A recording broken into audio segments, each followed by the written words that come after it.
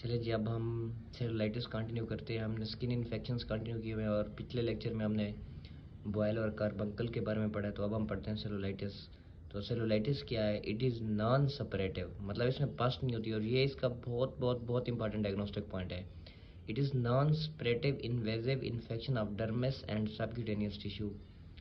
और जो most common infective organism है ना सेलुलाइटिस में, तो वो कौन कौन से हैं? स्ट्रेप्टोकोकस पायोजेनिस है, स्टेफ अरियस है, और इसके अलावा क्लोस्ट्रीडियम परफरेंजेस है।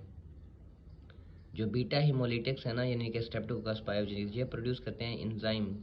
कौन सी? हाइएलुरोनिडेज और स्ट्रेप्टोकाइनेज, जो इंटरसेलुलर मैट्रिक्स को डिसॉल्व करती हैं और फिब्रिन बैरियर को।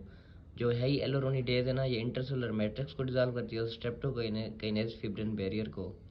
और इसकी वजह से ये कंडीशन रैपिडली स्प्रेड होती है इन एंजाइम्स के रिलीज़ होने की वजह से। तो रैपिड डिस्ट्रक्शन होती है। और क्लिनिकल फीचर्स क्या है? N expanding area of erythema, एक मतलब रेडनेस का एरिया होगा, एक्सपैंड हो रहा होगा। और ऑल साइंस ऑफ इन्फ्लेमेशन होंगे, रेडनेस, वार्म, टेंडरनेस, स्वेलिंग। इसके अलावा ट्रू सेलुलाइटिस में बॉर्डर्स इल डिफाइंड होते हैं।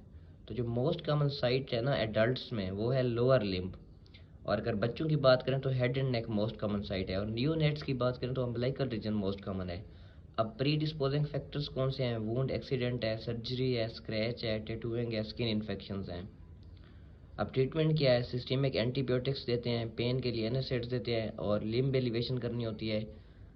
और इसके अलावा जो है ना large area area of cellulitis का, तो उसके लिए हम आईवी एंटीबायोटिक्स देते हैं और एनारोबिक केवर भी साथ में देते हैं। इसके अलावा एक बात है जो कि रिपीटेडली एग्जाम्स में एमसीक्यू के तौर पे आती है कि लिम्फेंजाइटिस क्या है?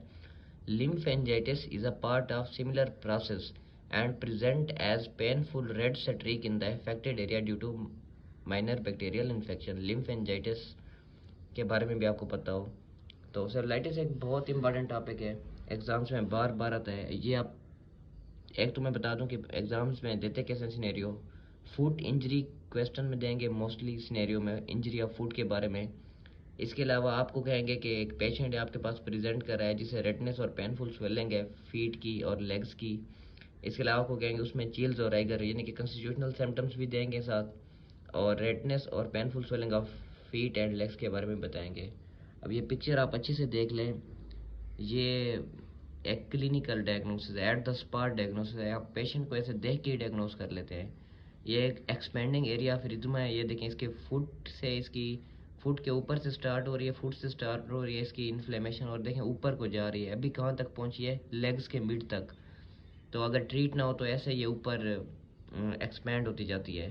सो ये बहुत इजी पिक्चर, इस पिक्चर को देख के डायग्नोसिस आराम से हो जाती है। तो सेलुलाइटिस इंपॉर्टेंट टॉपिक है, आपने अच्छे से एक बार खुद भी रीड कर लेना है। कोई भी मसला हो आप फिर भी बता सकते हैं। Thank you.